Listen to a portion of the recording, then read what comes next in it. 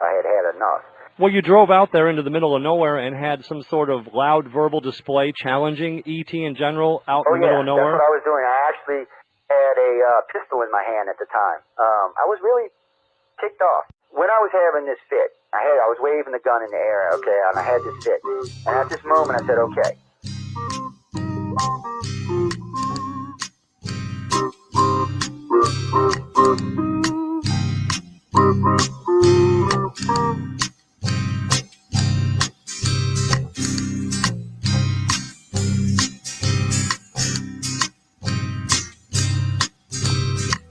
He was a Louisiana man named Montaldo.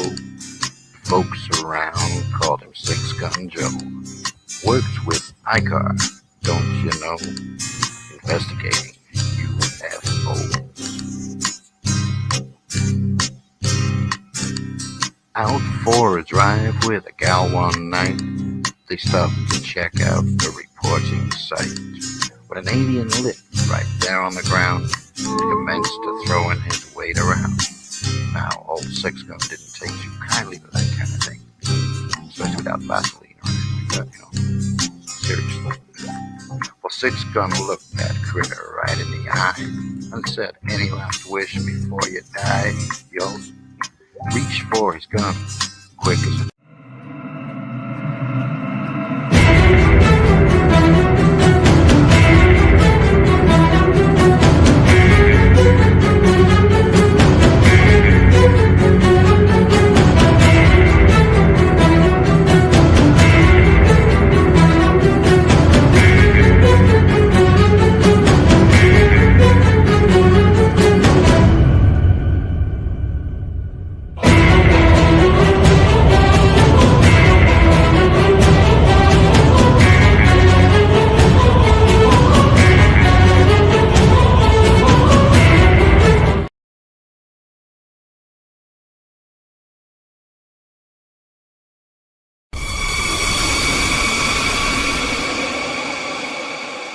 Are you ready to explore the unknown? Dive into the world of the strange, mysterious, and unexplained with Eerie Expeditions Magazine. Each issue is packed with spine-tingling tales, cutting-edge paranormal investigations, and exclusive insights into hauntings, cryptids, UFOs, and more. Whether you're a seasoned investigator or just love a good ghost story, Eerie Expeditions Magazine has something for you. Join our growing community of truth seekers and adventure lovers. Subscribe today at EerieExpeditionsMagazine.com and unlock the secrets of the supernatural. Are you ready? That's EerieExpeditionsMagazine.com, where the extraordinary is just a click away. Dare to discover.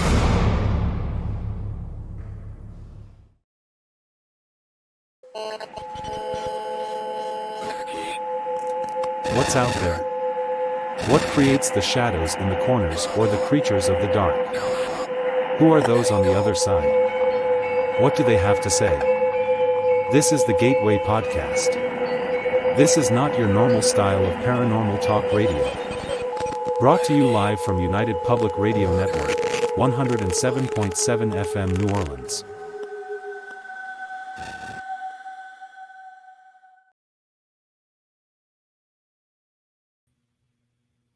And welcome to the Gateway. I just realized that they have the wrong background up there, don't they, guys? How's everyone doing tonight? This is the Gateway, broadcast live from United Public Radio Network, 107.7 FM New Orleans.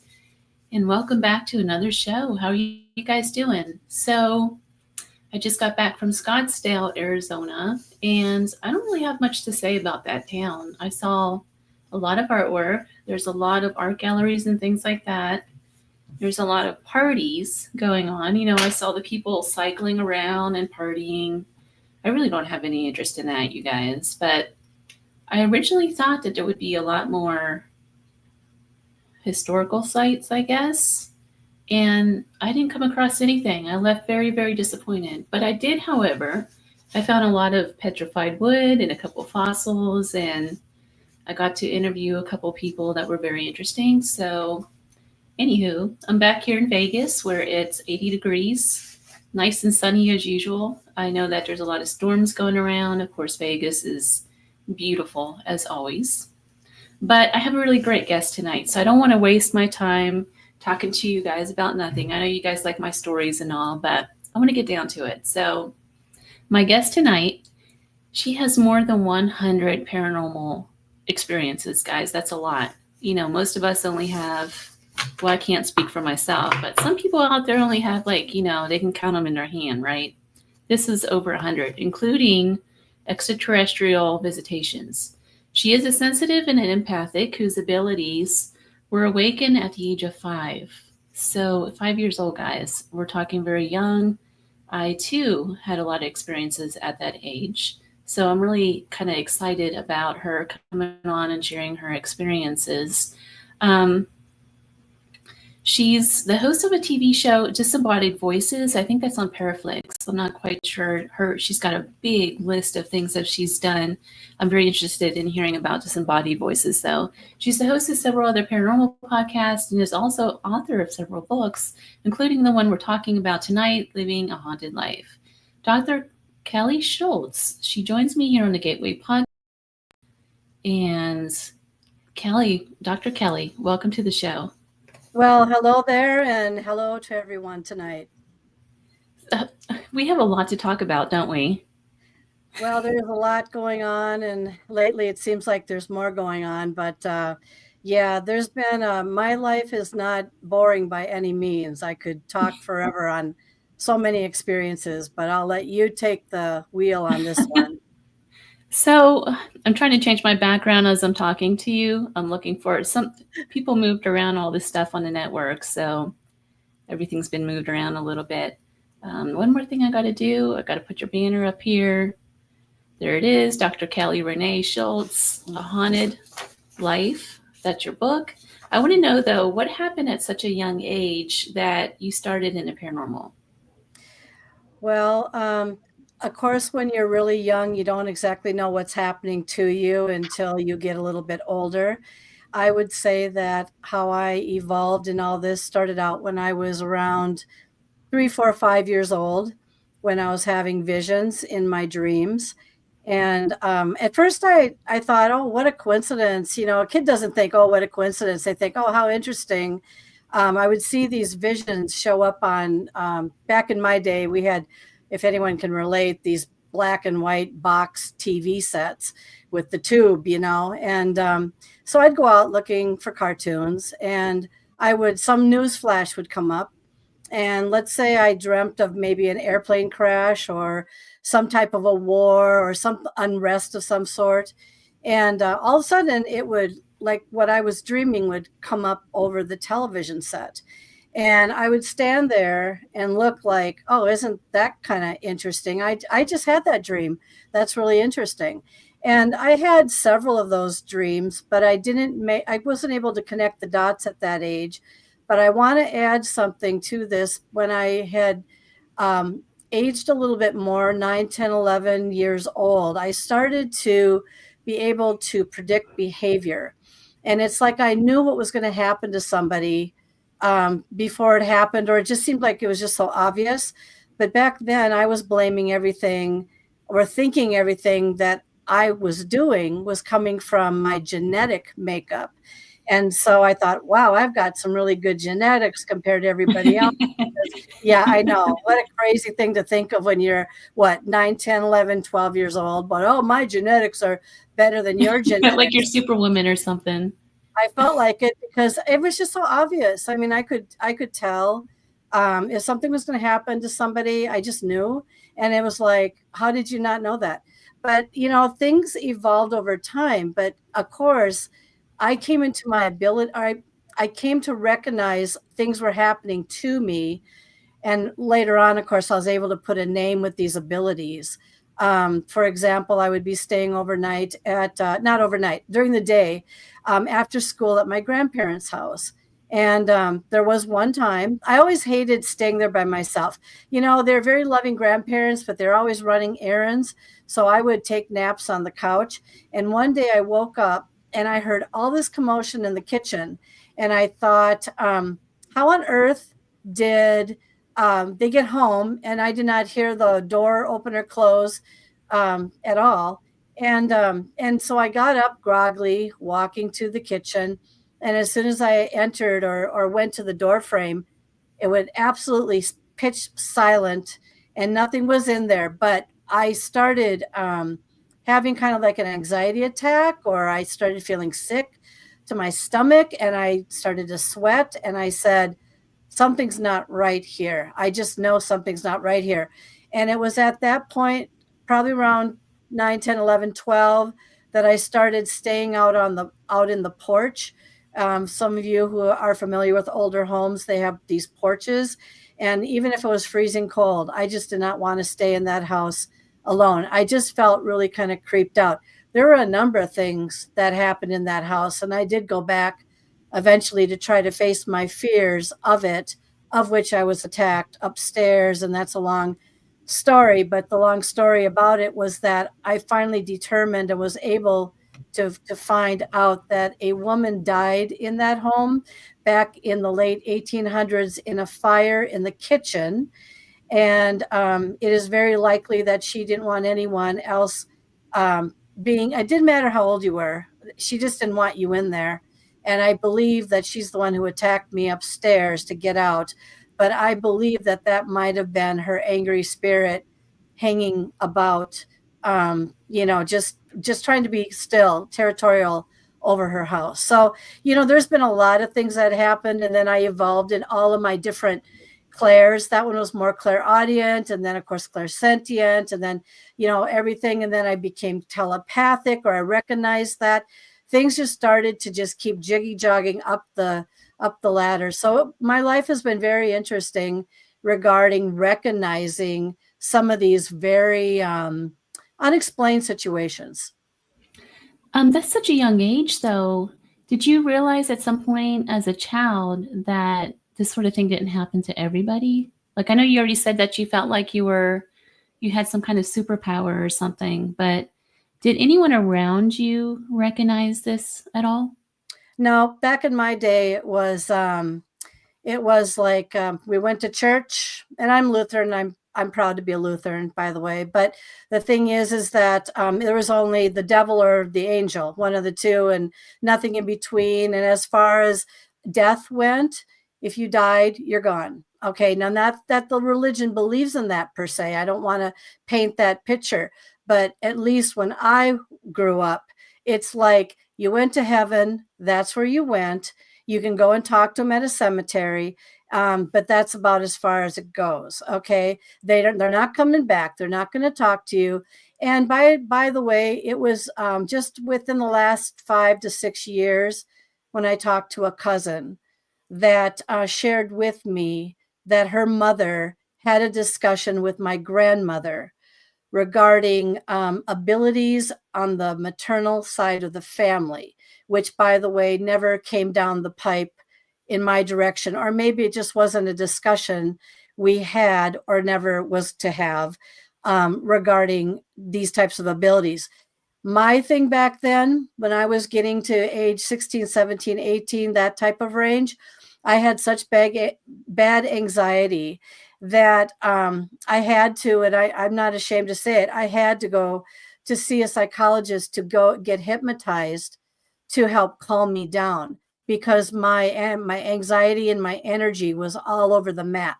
And keep in mind that if something was affecting it back then, like it was, but never pinpointed that, but the goal was to calm me down.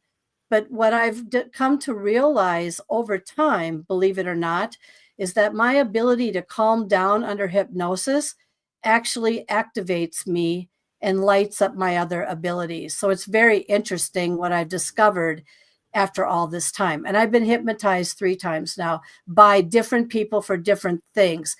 That session with that person at that time had several sessions, but I just came to kind of figure that out when I was getting hypnotized and regressed because of other things that had happened to me. So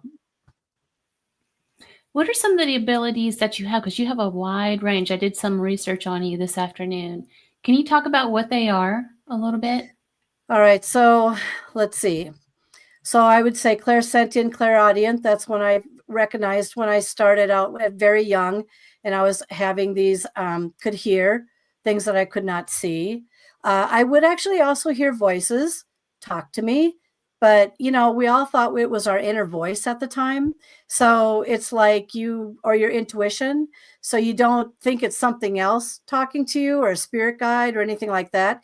You think that it's coming from you internally, your inner guidance. I learned I was telepathic when I was around 30 some years old. When I went, we just had one yesterday, by the way. We just got hit with tornadoes. And I did have a straight line wind hit my house very gently, but it hit of course, while I'm doing an interview. But I went to my grandparents' house. Where are you located? Minnesota? Yep, in Minneapolis. Yeah. Mm-hmm, yeah, and my siblings. I grew up in southern Minnesota, and there was a place that was hit by a tornado not too far from where my brother lives. So we're used to growing up with tornadoes, but we don't, of course, we hate them like anybody else. We just can't do anything about it.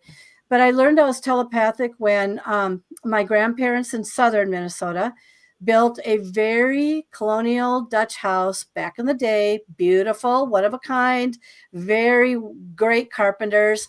And I went to check on their house to make sure, because tornadoes were in the area. They hit, trees were down. There was a 200-year-old tree that was down. Things were down. The line, the electrical line was buzzing. And I walked very carefully around the property to take pictures of the house just to make sure that everything was okay. But what happened to me at the time, and I didn't know it then, is I had two apparitions. Keep in mind that storms like that, and they lived on a limestone foundation, and it was just, everything was right, and it just kind of electrified the property. And so it helped the apparitions to come alive to some degree. And they showed in the screen window, not a plate window, a screen window. There's a difference. And so there was no trees anymore to leave shadows anyway. There was no shadows to be cast. But anyhow, they were looking, two of them, a little girl and an older man, they were looking right at me. And I picked this up on my film. So I went to get my film developed, right? I didn't see it at the time, went to get my film developed. And I said, how did that ball get up there in that upper window? That's very strange that a ball would be up in the upper window. And believe it or not, that was the inspiration for me to get a laptop for the first time. And I got a laptop, and I blew that baby up. And lo and behold, I said, look at right there. There's a little girl. She looked like about 6, but she died at 10. She died 2 miles down the road. And there was an older gentleman hovering above her, also looking at me, very clear details. And I went back the next day and I stared at that window and I said, you have a message for me? I see you, or at least in this picture, I see you. What's your message for me? And then telepathically, something came to me. It wasn't male. It wasn't female. It said, the genealogy is wrong. And I said, the what? The genealogy is wrong? I don't understand. The genealogy is wrong. And then all of a sudden, I'm the genealogist pretty much in the family. And all of a sudden it hit me. I had been debating about the name of the little girl that had showed up in the window for a very long time. And I was able to match her face in that window with the picture that I have. And and that's what it was all about. And as soon as I basically acknowledged the fact and corrected the genealogy, never saw them again. I don't even know if they existed, but it was very interesting how they were looking right at me. And that's the message that came, and that message was validated.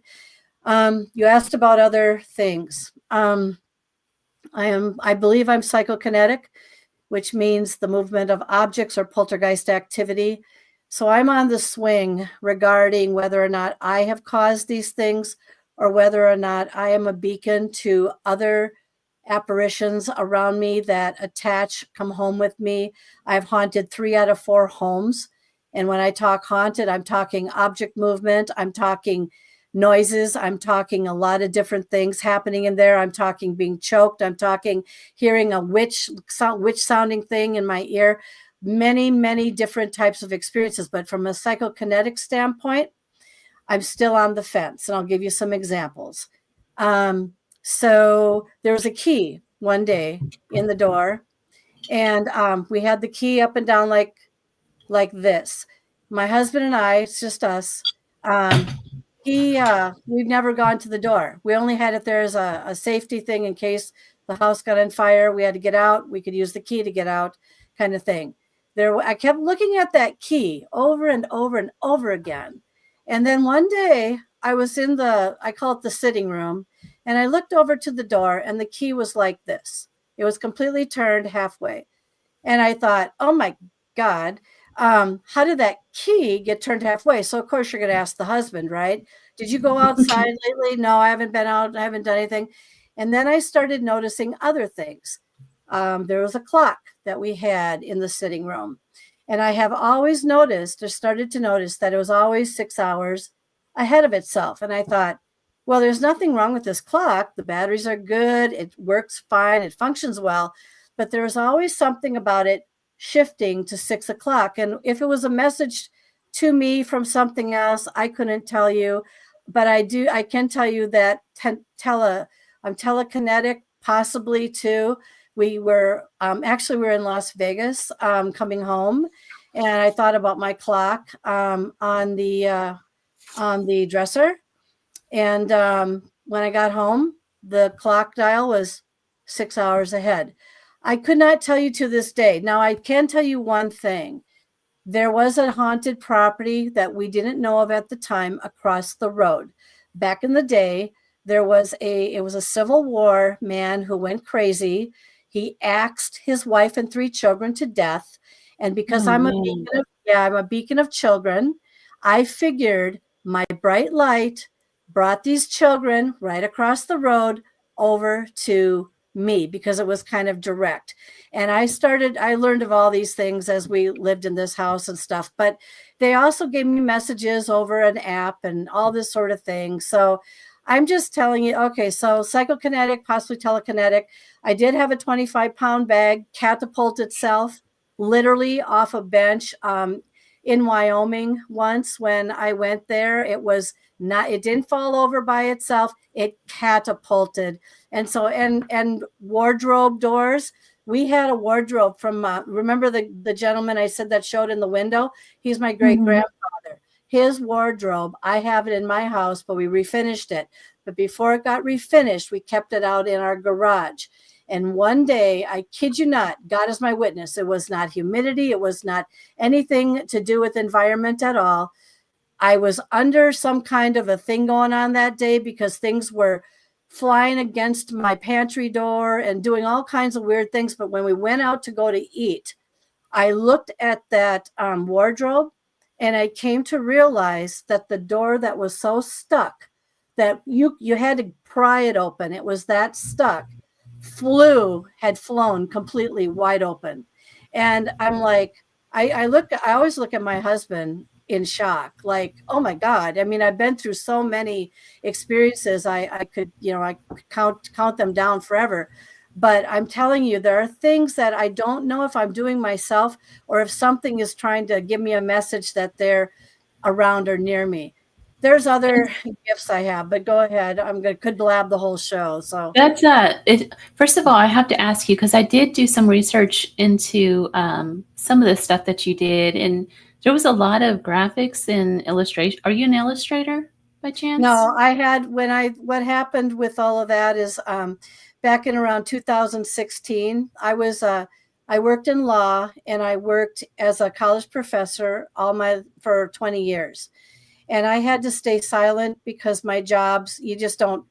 Right. Work, sometimes you just can't tell them about I got a ghost following me. You know what I mean? I had a job like that too. Yeah. For a long time. Yeah. You stay silent like this. Well, in 2016, I couldn't stay silent anymore. I was having so many experiences, including in my classroom, that what happened was the best way that I could express myself was to find an artist And I use freelance artists all the time, sketch artists and whatever. And I found a really good one. And she's done many, many sketches for me. And I had her start to sketch my situations. And then I created my first book in 2016. And then my life exploded in the paranormal from there in all aspects. So that's, would it be okay with your Oh, permission sure. to post Yes. that one image? Oh, post whatever you want, because I show them all the time. Yeah, go ahead.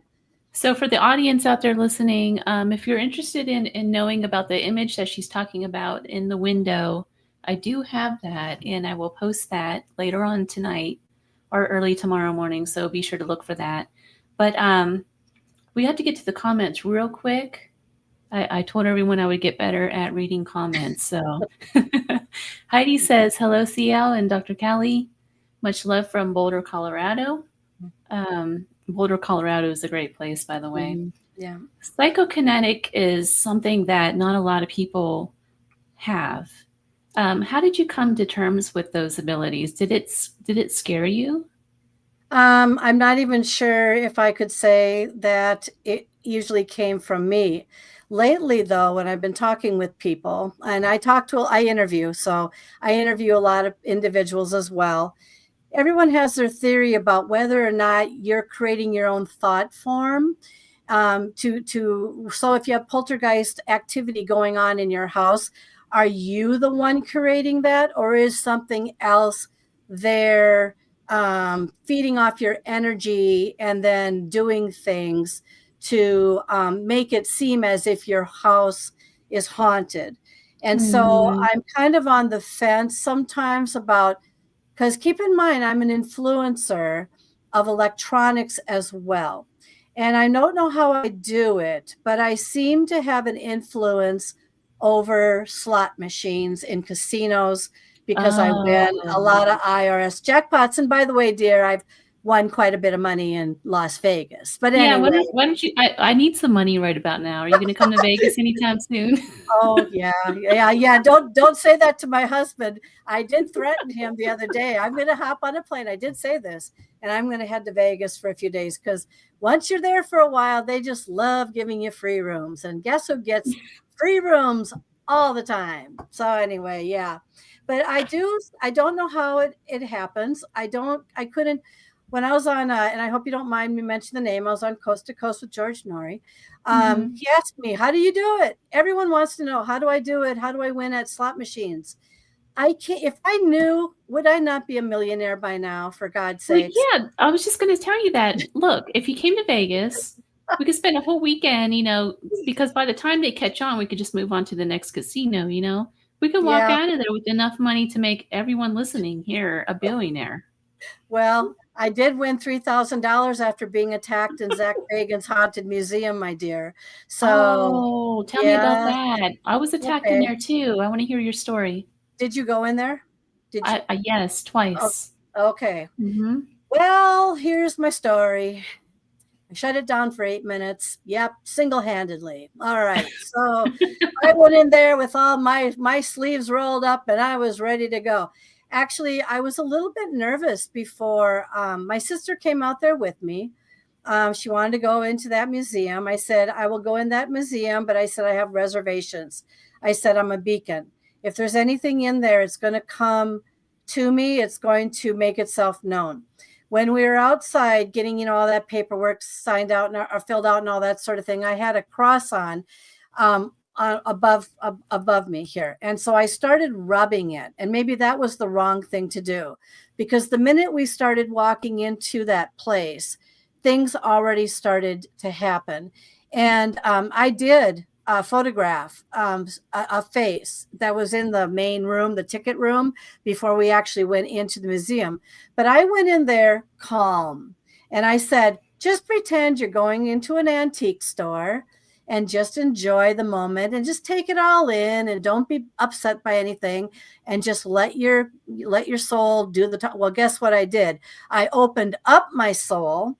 So about halfway through, we got to this one theatrical thing where the guy, I don't want to give what he does in there away, but we got halfway through, when I thought, oh, this is nothing more than just like going into an antique store. And then all of a sudden, my life changed. We went into the puppet room, and the puppets didn't move except one did. And it turned and it started to look right at me. It didn't look at anyone else. It wanted to look right at me. And I looked at it and I thought, oh God, I'm in for it. Something has picked up on me. I left that room, went to the coffin room, was very ill inside and wanted to hurl. And I picked where the chair was. I mean, I don't want to give his secrets away, but there's a chair in that room of many. And he says, which one do you think this shadow person came out of? And I just kind of trance-like, and my hand fluttered down and I just pointed at the chair. Out of all these chairs in that room, I picked the one this shadow person apparently came up out of. Well, we sat in those chairs. I felt very sick. I did not go up to the coffins. It was when we went up the back stairs. I don't know if you remember the back stairs, going up as if you're going into the, I want to say it's the crying boy room, or actually the next part was the clown room. It was, they got me on the stairs. I was the leader of about 10 people or so, give or take. And we're heading up the back stairs. I was still fine. And I don't know if it was frequency attacked or what, but something took every living ounce of feeling and energy, knocked it right out of my body to the point where I fell on the steps. And I thought, oh, how embarrassing. I'm the leader, and I'm falling on the steps. I crawled up the rest of the steps. And when I got up to the steps, I stood and I went flat back towards the wall, and I went into an immediate trance. And and so I stayed, my eyes went closed. My sister's standing next to me. She's screaming. She's trying to knock me out of this. The people shut the place down. They had the cameras on me. Obviously, the people, the theater people that we just saw came running up the stairs, and they're all surrounding me. And I was just standing there. And what it looked like to me, when I was looking out of my eyes, it looked like these shadows of these people. And they sounded like they were miles away. I mean, literally miles away. Like you could hear them in a drum. And I kept hearing this gal. She was right next to me. Are you able to make it to the rest? Can you make it the rest of the way? Can you go? We can bring you out the back stairs. They always have back stairs. Okay. Yeah. Yeah. And so anyway, I said, yes, I can. And I was just trying to fight my way out of this trance that I went into. Well, anyway, long story short, I was very groggy, but we continued on. And my sister actually held my hand and brought me through the clown room, which was just ungodly. And then we went into this crying boy room, the one with the divot box and everything. And then they had the one with the where it's, I don't know what you call it, scry or something like that. You can look behind this curtain into this, you may be able to see your face. Well, anyway, when I was in these rooms, I went back into a small trance, kind of like momentarily. And my sister was so anxious. She wanted to touch everything. She wanted to look at everything. And things were coming out of my mouth like, be careful, don't touch that, don't go near that. And I was just relaying this stuff. But it was when I didn't go near the divot box. I went around it because I could hear the buzzing of it. The minute we went into Peggy's room, that one kind of got me, because I stood there still in a trance-like being, and I had to fight with all my might to not say in my head, I don't like you, I hate you, you're ugly, that kind of thing. And then I turned very calmly. They shut the door behind you, so it freaks you out even more. I turned to the tour guide person, and I said, that's not a woman, that's a guy in there. Or was it? Yeah. I said, it's a guy in there, isn't it? And that's not a woman in there. And I was just like this, and I was just like, And she did say to me, unless she was just supposed to say yes to everybody, she says, you're right. That's not a woman in there. It's a guy. Now, I could never verify that. I just know I turned to her and said, that's not a woman. That's a man. And it was just, so by the time things started to release out of me throughout the rest of the museum, Well, of course, Zach Bagans, he always makes his entrance, and so when we were in the room where Natalie Wood and the stairs that were part of the Gary, house with the whatever went Yeah, on. I won't even go. I won't step foot in those rooms with the Um, mass murder well, they stuff. they shut the door behind you because they add that extra fear factor. Well, of course, Zach Bagans makes his entrance, so he always does this all the time. Goes into the room, gets everyone all excited, goes and shuts the door, in this other room. Then he comes out. He practically clocked me, so I could have been on the floor on that one just from being hit by the door. Long story short, when we finally made it through, we talked to his mother, who was in the gift shop very, very shortly. I felt a little bit better, but I was still groggy. And then what happened was something came back with us to our hotel room, because I went into the hotel room. I immediately laid down and I took out the Bible that was in the drawer. And that creeped out my sister because I'm taking a Bible out and all this sort of thing. Something was in our bathroom because the curtain flew up and everything. It didn't bother me at that point. And then I went downstairs and started to play, and every machine that I touched was jackpotting and going crazy. So I think I walked out of Vegas. It was $3,000 or $4,000 just after that moment, which, by the way, I learned that when I'm low frequency or very groggy and very tired, kind of in a hypnotic state, this is when I activate and this is when I turn on. By the way, we're coming up to the Kentucky Derby. I predicted the last 3 Kentucky Derbies of the winner without seeing them for more than 5 to 10 seconds each. And I have to be in a hypnotic state in order to know if I can predict for the 4th time the next Kentucky Derby winner. So it's very interesting. I'm a study. I call myself a citizen researcher, which is someone who studies herself under all kinds of situations. And I'm learning a lot. That's, at least about me. So. Well, when these events were going on when you were younger, in that house, for instance, was it the house that was haunted or was it you? Well, I really believe the angry woman or the person who died in the fire. I truly believe it was her, unless something decided to I can't say that word. Take territory. Okay. Sometimes things just don't roll off the tongue like you want them to. But some of these apparitions do stake claim in many different places. They don't have to live there. They can come from other places and stake territory. I believed it was the woman, and I believed it might have been an angry woman, but I might not have been quite there. Or did I bring something in there? Nah, I don't think so. The reason why is because I have 7 siblings, and about half of them had also said that they didn't want to go upstairs. They felt creeped out in that house.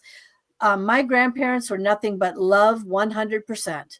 So there was nothing, there was no abuse, there was none of that going on in that house. They're very Catholic and they were very everything. There was just something about that house, and it retained something or someone or attracted something. Or maybe we're a bunch of little beacons when we were staying over there and something followed somebody in there. I don't know. It's hard to say. I truly believe if you have gifts, such as in any of the clairs, that you can become a beacon in a way. Anyways, did these events when you were younger, did they traumatize you? And if so, how did you deal with that back then? Because there wasn't a lot of people that you could talk to at that time. I couldn't talk to anyone. I mean, I went to a psychologist to calm myself down from all this anxiety. How do I not know to this day that anxiety wasn't caused from my sensitivity of being able to pick up things that I could not express or explain or even recognize, right? We never talked about this stuff. So you internalize it, which is another thing, by the way. You can cause trauma within yourself by internalizing and holding within yourself things that you don't get out. Does that make sense to you at all? And so for the longest time, I held in a lot of, I don't know, things that bothered me, I held it all in. So after a while, you need an outlet. You need to get that stuff out. And I thought that by my talking about it and by my being hypnotized and calming down, that would help me. And it did. I felt calmer. But the thing is that things can come back at a moment's notice for any reason. So it's hard to say. But trauma started, I think, for me at the age of 3 when my baby brother died. And I didn't understand death at that time. And there was a lot of grief in the house. And I was trying to just understand death in and of itself. So I think it started as early as that. But then all these traumas over time or things that happen and you internalize them, eventually you've got to get that out. Otherwise, you just kind of, you become maybe a stronger beacon. Keep in mind that the brain rewires itself every time you have a traumatic event that it feels like it needs to rewire itself from. And I really believe that with some of the situations I've had, I almost died in a community swimming pool during swimming lessons. I was traumatized during that because I was literally drowning and they didn't see me. And then finally someone saw me and pulled me up. So I never stepped into a pool or the water after that moment in my entire life. I do like being around water, but I refuse to go into the water because I could never get over that. So there's other kinds of traumas that can add to emotional trauma too. It's interesting because it's so easy for your brain to rewire itself like that when you experience some kind of trauma. We see it a lot with soldiers today with PTSD. Yeah. And right now there's a lot of studies going on about how to reverse that wiring. I've been doing some research into that. So potentially there's a way to rewire your brain to deal with things like depression and everything else from these little traumas that caused all that stuff to begin with. It's kind of interesting. Yeah. The other thing about that, though, I know one person. The other one, I've talked to many people who have had traumatic events in their lives on my shows and stuff. And I always ask the question, were you in trauma? Did you have an accident? Did something happen to you? Were you shocked? Were you this, were you that? And of course, a lot of them are saying, yes, that's how my abilities came into be. But I do know one person, though, that when they got when their brain rewired due to some kind of an incident, it rewired into the wrong place.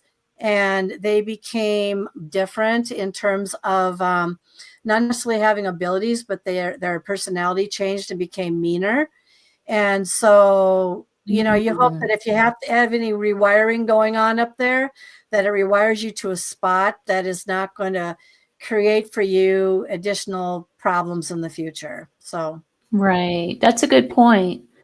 I don't know. There just seems to be like a lot of, if they could figure that out, they can rewire like schizophrenia and all this stuff. It'd be really interesting. In your work, you also talked about extraterrestrial visitations that have occurred. Was that when you were younger? And do you think that has something to do with some of the abilities that you have? Well, I've gone to many psychics. I know many psychics. When things happen in my life, I always want to find out, where did this come from? Why did this happen to me? What caused this? All the questions. And my dear, I had a extraterrestrial visitation very close by to you in Las Vegas as well, in a hotel room, which I'll talk about in a second here. I've had people tell me I was born with my abilities to affect electronics. They feel that has some type of an extraterrestrial connection. I can't prove anything. I just listen to what they have to say, and I watch myself because I'm a citizen researcher. The first time that I believe that came to me was when I was in Las Vegas in one of your high class hotels, because again, I win money. Which one? I gotta know. I'll tell you off air. I know everyone right now is like, oh, she's no fun. the thing is so here's what happened. I'll tell you what happened. So I was on, and you can do process of elimination maybe. I was on the 60th floor in one of your upper class hotels because remember, I win a lot of money. So everybody wants me back. Okay. For free. Here you go. Well, I go to Las Vegas and I had been for years. I'm going on my 12th book now, but I've got the 11th one. I go there to write my paranormal books and I go by myself. My husband, he doesn't mind coming with, but these are times that I had to go by myself. Anyway, I was staying on the 60th floor of this hotel and I was just doing my thing. And one night it was perfect sky, perfect moon, perfect this, perfect that. And I've had a lot of other paranormal experiences in Las Vegas, by the way, but this one was more extraterrestrial. So I went to the window and I was tired and I looked out the window and I said, gee, I wonder if I am going to see a UFO tonight or something, extraterrestrial or whatever, just fly by my window. This is going to be exciting. So I go and I'm staring out the window and I'm kind of groggy and I'm like, heck, I can't see. It's too much light pollution here, And so anyway, I turned around and I started going to lie down in bed. And all of a sudden, at first I thought it was paranormal. Keep in mind, I tracked everything. The lights started to flicker in my room. Flicker, flicker, flicker, flicker. And I said, uh-oh, I have company. And I thought paranormal. And then I was in a room, here's process of elimination too, where I was able to electronically move the curtains and do this and that. It was one of those electronic rooms. I really loved it. Keep in mind, I affect electronics, but I don't think I affected this one. All of a sudden, my lights went out and I couldn't get anything to work. I was sitting there in the dark. I sat on the bed and I'm not kidding you. I was within probably 5 minutes. All of a sudden I heard knock, knock, tap, tap right behind where my bed. The wall behind me was adjacent to the bathroom. So whatever was behind me would have been in the bathroom. Okay. Or maybe not. It did not come as an echo from anybody else's room. It was very plain. Knock, knock. And guess what? I blacked out. Boom, gone. I woke up the next morning. Yep. And I said, I feel kind of funny. And I couldn't figure out what went on, what happened. But I was out black as coal. Don't remember anything, but I do remember the feeling when I woke up.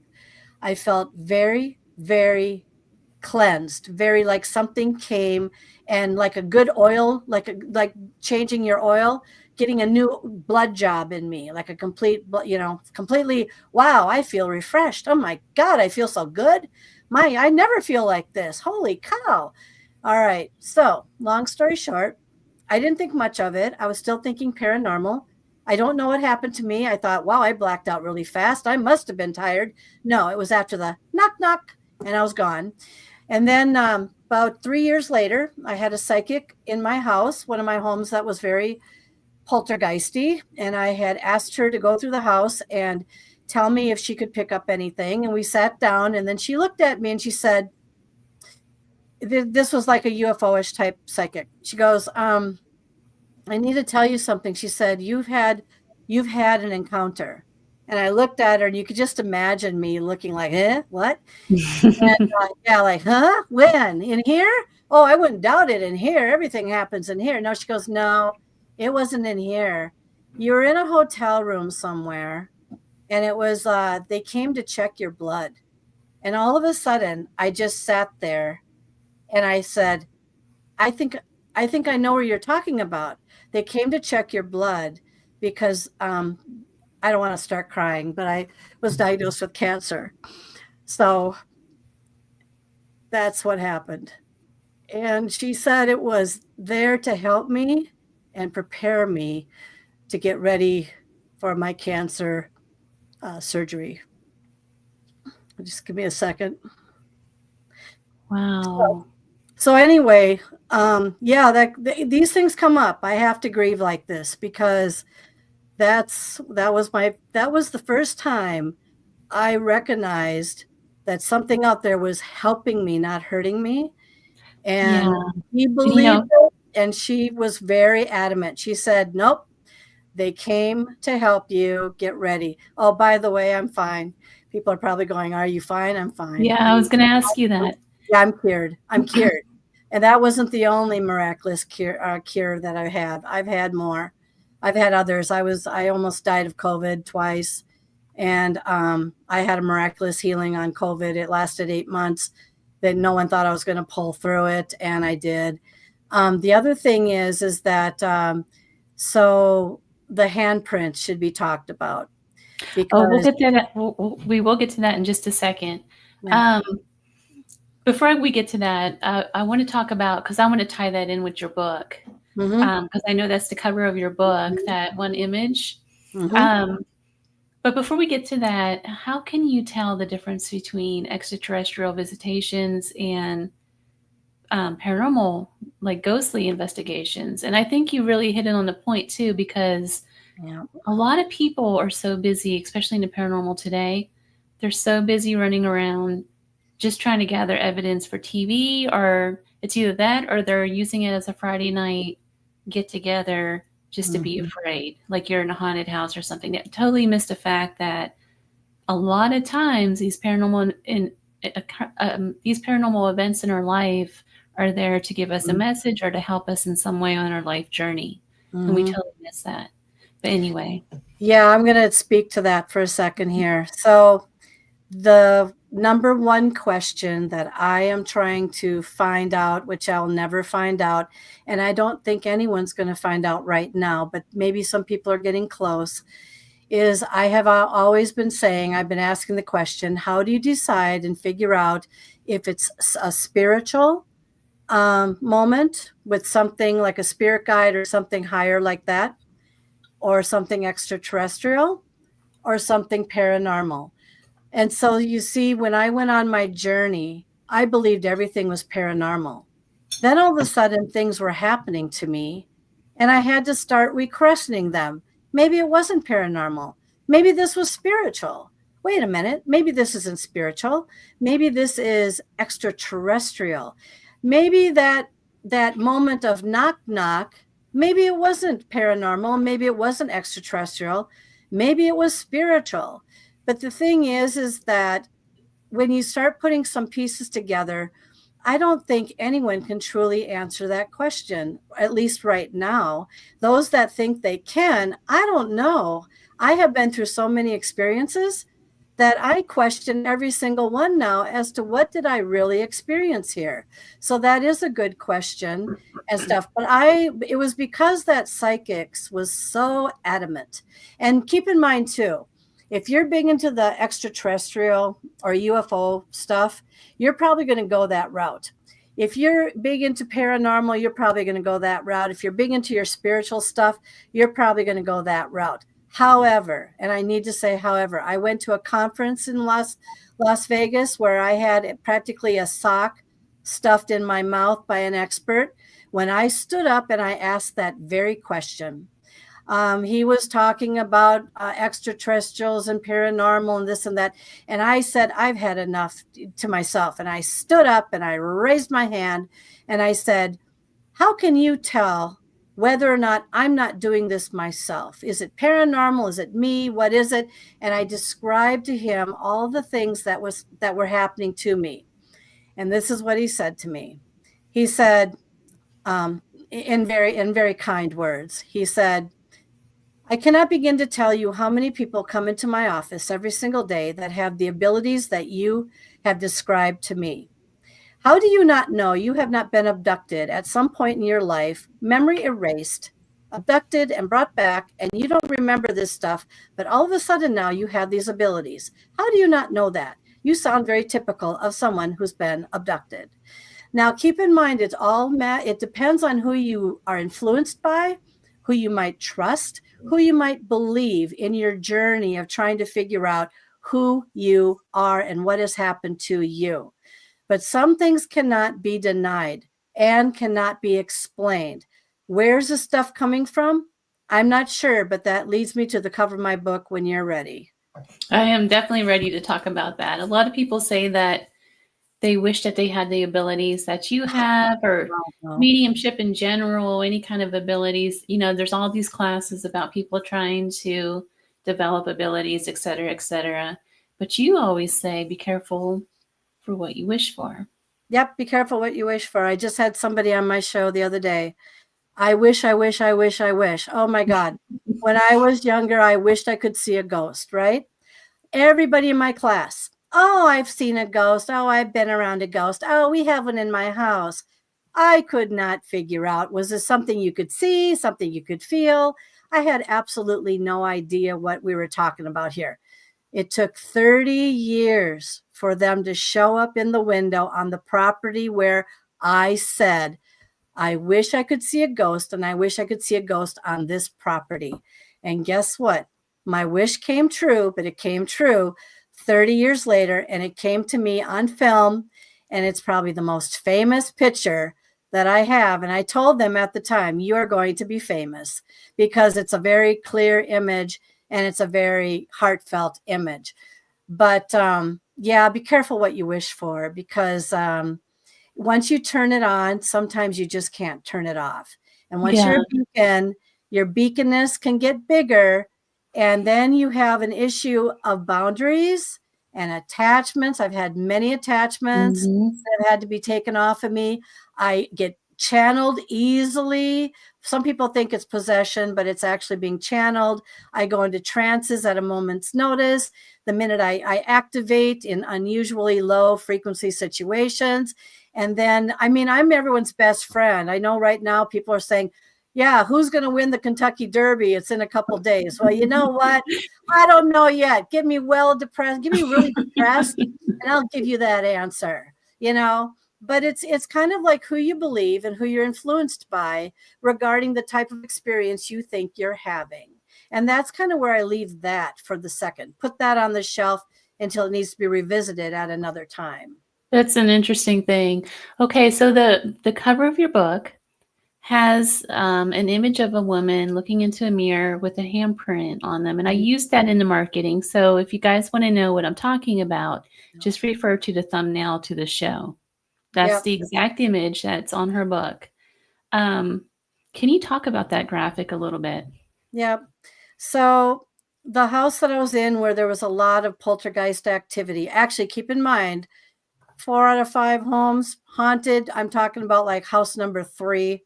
There was a lot of stuff going on here. This is the same house that the UFO psychic woman came in and told me about some things. She pointed out a few places where there were portals. And then basically in a nutshell, this is what I can tell you. I was in my office one night, 2 in the morning, went to bed, laid down, smelled something absolutely within like maybe 5-10 minutes, horrific, go over my nose. I thought, oh my God, I thought it was my husband's shampoo. It wasn't my husband's shampoo. Yeah, blame the husband, blame the husband. Got to talk to the blame husband. Him for everything. I do. That's what he says every day. You blame me for everything. I said, and I love it. Anyway, and so the next morning I got up though, and I went to the bathroom, of course, and I looked in the mirror. And that person, by the way, is me. And there was, and I'm showing you right now, it's kind of upside down. The handprint was right here over where I had COVID pneumonia, where I was told that it would take a long time for it to come out because it was jammed in there, and that's why I was dying. But the hand was right this way, elongated fingers, but one of them was very unusually crooked. And so it was blood purple, red. And in a nutshell, I went and showed my husband. And of course, oh my God, you know, who put that on you? And we took pictures of it. And I show it at conferences all the time. But in a nutshell, and then I went to 5 psychics. And I said, who put that on my body? And it took 3 hours for it. So it was there. And then it just left. It didn't dissolve, like, you know, disappear. No, it was here and then it was gone. All right. So came and went. And so I went to 5 psychics. One said, it's a succubus. It's an alien. It's your own hand. It's some old woman's hand. And then one said this, it's a mantis healer. But guess what? I don't think it was a mantis healer anymore. I think it was a gray. And so I've been on a journey to continue that journey of where that handprint came from because of the fingers that were on there. I had to match them up with something, but I had a dream, very short and simple. One night, 1.5 years later, I had a dream. I kept saying to the universe, I need to know who put that on my body. Tell me, tell me, tell me, tell me. And so there was a young woman in the dream walking away from me. She looked like my husband's cousin's daughter. I thought, oh, it's so-and-so. All right. Then it slowly turned around and it had a black COVID mask over its face. Its hair was kind of parted down and pulled back. And the eyes were really big and huge, like a mantis being and or a gray's eyes. That's how they looked, if you want to know how they look like. I immediately recognized that this was not a human. This was something. And I broke out into a sweat. I woke up. My heart was beating out of my chest. I thought I was going to have a heart attack. I was so scared. And I screamed out loud, don't ever, ever do that to me again. Long story short, after talking with a pretty good psychic, he said that was the image of something that said, I'm the one that came to heal the rest of you for your COVID pneumonia, because it was right over exactly the spot where it was. And by the way, it's gone now. I'm completely healed. And do I believe that it healed me? Yeah, I do. And do I believe it was either a mantis being, because they're healers, or a gray? It was one of them. And will I ever know which one? No, but I don't want to know either. So, but it was not an old woman's hand. It was not my own. It was not a succubus. It was something that came because I asked the universe to please finally solve the problem for me. So I'm about 98% on that one. So that's the image that you see on the front cover of my book. Oh, Dr. Callie, it's so interesting talking to you. I just love talking to you. What do you have coming up next, and where can people purchase your books? Okay, I know you have a long list of stuff going on. Yeah, I do. I've got an iron in the fire every 2 minutes. If you're interested, well, my most popular book is either Manifestations, Message Received, or Haunted Life, and you can find them on Amazon. I am creating, and I have a cover now for a new book that'll be out in July. It's called Phenomenon, and it's basically a book about unusual happenings, and I just think it's a good storytelling book. I'm going to be at a conference in October. I've been asked to go to another conference today. I don't know if I'll speak at that one yet. I'm writing, I'm interviewing, and I'm going on vacation. So, just to give a little bit of rest here before we wrap it up and bring us to the end of the year. So I sure wish I would have downloaded a picture of the book, but I didn't. I should have. But you guys, you have another book coming out too, don't you? That was the Phenomena one, but you can go to www.paranormaluniversalpress.com. I just updated my website. I think you'll be very interested to see that website. And I'm on Facebook, and Facebook will show you a few of the images that I have also out there. So whichever way you want to go, they're there. And my website will show you all the covers of the books. You just have to scroll way down and you'll see them. So do you still have that show on Paraflix as well? Yes. Okay. I am the host producer of Disembodied Voices on Paraflix. Yep. And I've got a incredible showing, an incredible guest, and you're going to be on there shortly. And I'm very excited to have you. And so, yes, that's www.paraflix.com. And you get 3-day free trial if you want to try it out. And it's very, very inexpensive if you want to see some new content. But I'm on there. And again, I'm excited to have you on there too. That's going to be really great and fun. So, yeah.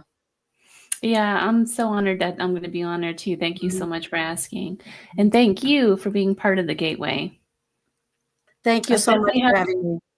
When you get that other book out, I'll definitely have you come back and we'll discuss your book. Sounds good to me. I'm right. Pencil me in. Thank you, Dr. Callie. Yeah, thank you. You guys, you've been listening to the Gateway Podcast, broadcast live from United Public Radio Network, 107.7 FM New Orleans. The show right before mine is Sean Callie, Into the Night. You can also catch him on Sundays at, I think it comes on at 3 o'clock Pacific time. You guys, if you haven't already, check out www.erieexpeditionsmagazine.com. I think, goodness, that magazine has been selling out like crazy. I have just 6 of the hardcovers left, and it's on sale right now. So go check it out. Purchase a magazine because it really supports the work that I do. If you don't want to purchase it, just go on there and like it anyway because I need the support. And also go to my Facebook page, and I'm definitely going to post some of the images that Dr. Kelly talked about earlier in the show. And Heidi, thank you so much for all the support. You've really been going out of your way supporting the show, and I can't thank you enough. So thank you, and I'll see you guys all again next week. Until next time.